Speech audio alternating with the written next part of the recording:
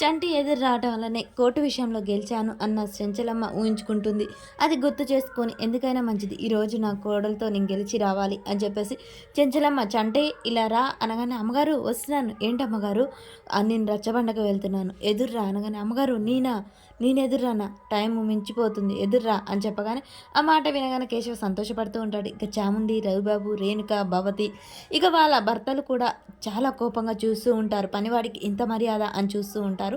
ఇక చంటి అమ్మగారు టైం లేదు వెళ్ళు ఎదుర్రా అని చెప్పి చెంచలమ్మ అనగానే చెంచలమ్మ కారెక్కుతుంది. చంటి దేవుడా కాపాడు దేవుడా మా అమ్మగారికి నచ్చినట్టు తీర్పు వచ్చేలా చూడు దేవుడా అని చెప్పేసి చంటి మనసులో మొక్కుకుంటూ ఎదురైతే వస్తాడు. చెంచలమ్మ వెళ్ళిపోతుంది. ఇక చంటి అక్కడికి వచ్చి నిలబడగానే ఏంటో ఈ విడ్డూరం రోజు రోజుకి ఇంట్లో కొత్త వింతలు కొత్త మర్యాదలు అని చూడాల్సి వస్తుంది అని చెప్పేసి రాండి మనకెందుకు టీవీలో అత్త సూపరు కోడలు డూపర్ అనే సినిమా వస్తుంది.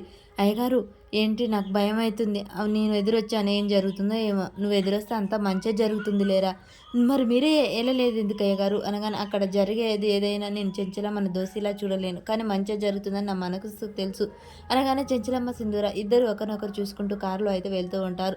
నాకు భయంగా ఉంది అయ్యగారు ఏమీ కాదులేరా చెంచలమ్మ ఎప్పుడు తప్పు చేయదు తను గెలుస్తుందనే నమ్మకం నాకుంది అలాగనే నా కోడలికి అన్యాయం జరగకూడదు నా చెంచలమ్మ తలదించుకోకూడదు అని చెప్పేసి ఇంకా కేశవ అయితే లోనికి వెళ్తాడు. సింధూర ఇక చెంచలమ్మ ఇద్దరు కలిసి వస్తూ ఉంటారు.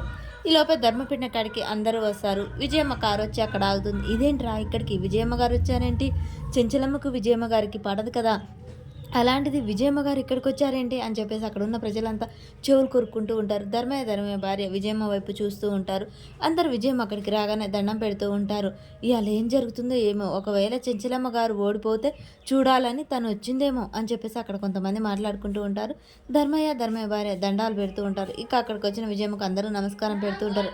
అమ్మగారు ఏంటి మీరు ఇక్కడికి వచ్చారు మా ఊరి పంచాయతీకి వచ్చారేంటమ్మా అనగానే ఏంటి మీ ఊరికి రాకూడదని ఏమన్నా ఆకాంక్షలు ఉన్నాయా మీ ఊరికి మా ఊరి అమ్మాయిని ఇచ్చాం మా ఊరి తరపున నేనొచ్చాను ఆ తల్లిదండ్రులు ఎంతో ఆవేదనతో న్యాయంగా కూడిన కోరిక కోరారు అది న్యాయంగా జరగాలని నేను అనుకుంటున్నాను అందుకే ఇక్కడికి వచ్చాను ఇక్కడ తీర్పు ఎలా వస్తుంది ఏం చేస్తారా అనేది చూడాలని ఇక్కడికి వచ్చాను అని చెప్పేసి విజయమ్మ చెప్తూ చూడండి మీరు భయపడకండి మీ మనసులో ఉన్న కోరిక న్యాయమైంది మీరు భయపడకుండా ధైర్యంగా చెప్పండి మీ వెనక నేనున్నాను అని చెప్తుంది విజయమ్మ ధర్మయ్యకు.